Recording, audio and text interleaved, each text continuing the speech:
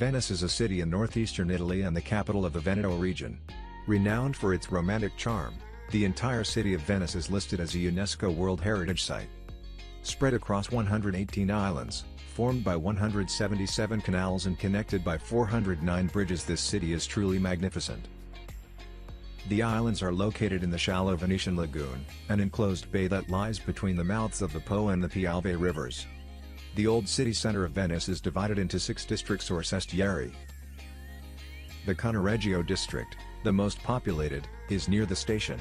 The Castello district, the largest, and the famous San Marco district, home to its namesake square and basilica, are on the same side of the Grand Canal. The Santa Croce district, the only one with a bridge to the mainland and some car traffic, is across the Grand Canal from the train station. The San Polo district with its famous eponymous church, and the Dorso Duro district, situated on Venice's hardest and most stable island. Also known as a famous place for sweethearts, lovers, artists and poets, Venice is a magical city, which stretches across numerous small islands. It is often referred to as the City of Gondole, which are the means of transportation used to cross the numerous canals passing through the city. One of the best ways to absorb Venice is to walk the narrow streets, endless sets of steps and bridges, and soak up the vibrant atmosphere before embarking on the art, history, architecture and culture. Alternatively, or as well as walking, you can view Venice from the water. A trip in a gondola is expensive but a must if you are only visiting Venice once. A cheaper alternative is the ferry, for which you can buy a ticket for a few hours, a day or even a week, and then get on and off whenever and wherever you like.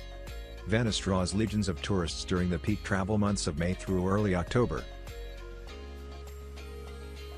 Venice's carnival, held 40 days before Easter, is one of the most lively and colorful pre-Lent celebrations in Italy. The Venetians go all out, donning festive masks and costumes for a 10-day street party. In July, there's the Redentore Regatta, an important festival held right on the Grand Canal.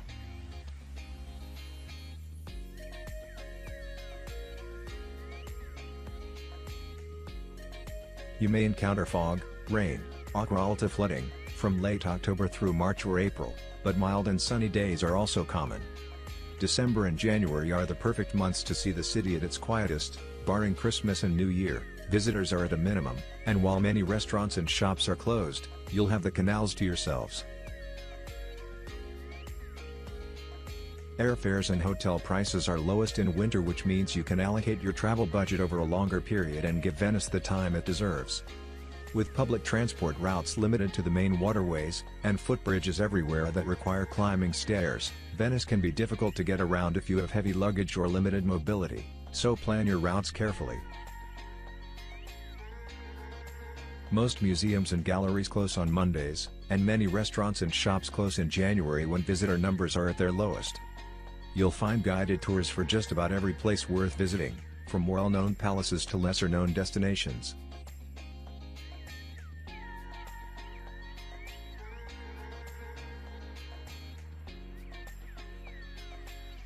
Let's check out some places you should visit. Antonio Contino designed and built the Bridge of Sighs in 1600, and it was used to lead prisoners from the examining rooms to their cells in the prigioni. There are a few theories as to how the bridge got its name. The first one involves the prisoners that walked across the bridge on their way to the executioner. The prisoners would sigh as they crossed the bridge, probably catching their last glimpse of the outside world, many believed. Another interesting fact about this bridge is that the Latin lover Casanova was the most famous person to cross the Bridge of Sighs to the prison in 1755. Nowadays, the Bridge of Sighs has become a symbol of love in a city that drips with romance. It's said that if a couple in a gondola kisses as they pass under the bridge at sunset as the bells of St. Mark's toll, their love will last forever.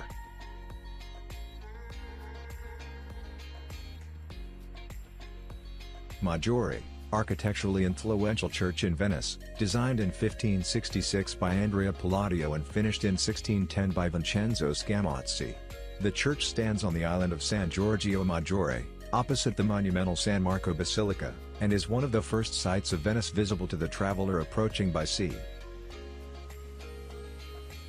The view of the San Giorgio Maggiore island is one that every visitor of Venice recognizes, and it is probably amongst the most photographed sights in the city. The island is however much more than a nice image. It is a perfect, quiet area to enjoy the beauty of Venice and to immerse yourself in history. Tours are organized every day, from 10 a.m. to 5 p.m. The video-guided itineraries are available in Italian, English, French, Spanish, and German. It even has a simple, intuitive interface for children. The tour lasts 1 hour. You can buy the ticket online or in the ticket office.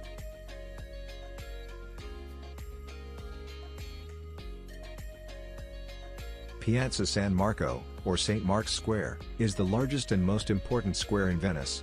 Being the widest swath of flat, open land in a waterborne city, Piazza San Marco has long been an important meeting place for the citizens of Venice and the design showcase for Venice's aristocracy. It is most impressive from its sea approach, a legacy from the centuries that Venice was a powerful maritime republic. It was constructed in the 9th century as a small square dotted with trees. The square was laid out in front of the original St. Mark's Basilica, at the time a small chapel which was part of the Doge's palace. It is said that Napoleon called San Marco the drawing room of Europe. And it is a breathtakingly beautiful place. But the square has long been a lure for massive numbers of pigeons, drawn by the massive numbers of tourists who readily feed them. Grand Canal, Italian Canale Grande, is the main waterway of Venice, following a natural channel that traces a reverse S-course from San Marco Basilica to Santa Chiara Church and divides the city into two parts.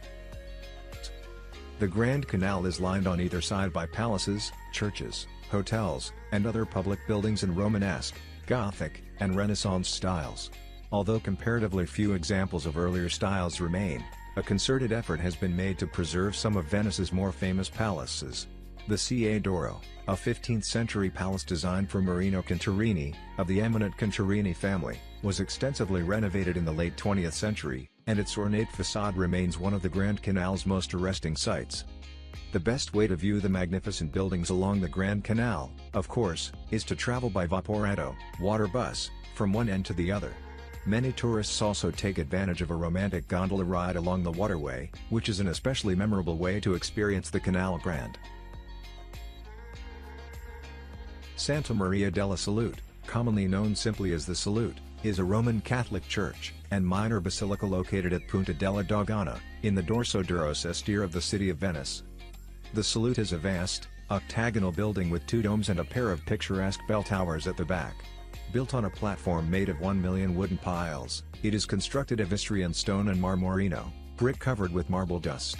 At the apex of the pediment stands a statue of the Virgin Mary who presides over the church, which was erected in her honor. The facade is decorated with figures of St. George, St. Theodore, the Evangelists, the Prophets, Judith with the head of Holofernes. The internal design itself is quite remarkable. The octagonal church, while ringed by a classic vocabulary, harkens to Byzantine designs such as the Basilica of San Vitale. A trip to Venice would not be complete without a stop at the iconic Doge's Palace. This magnificent landmark has played a varied role in local history, from an opulent residence, to even a seat of government. The palace was the residence of the Doge of Venice, the supreme authority of the former Republic of Venice, opening as a museum in 1923. Today, it is one of the 11 museums run by the Fondazione Musei Civici Venezia. The site is most often visited on a 2 to 5 hour Venice tour and can be combined with a stop at St. Mark's Basilica, once the private chapel of the Doges. Inside the palace, admire the many paintings by Titian, Tintoretto, and Veronese, and climb the narrow staircases to visit the Doge's apartments and the prison cells, as well as the ducal notary. Outside the palace is the Bridge of Sighs and the beautiful columns along the Piazzetta. The site is easily accessible by Vaporetto, the public water taxi, on the Grand Canal or on foot.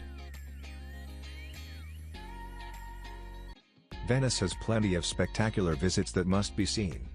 The average daily cost would be around $100 if you would like to visit most of them, but if you want to take the budget approach, then $60 to $70 would be enough. Depending on where you eat, food would cost you around $40 to $60 on average for eating 3 times a day. Hotel prices range between $30 to $1,500 per night. To find the best booking deals and prices, check out the www.triphunter.net.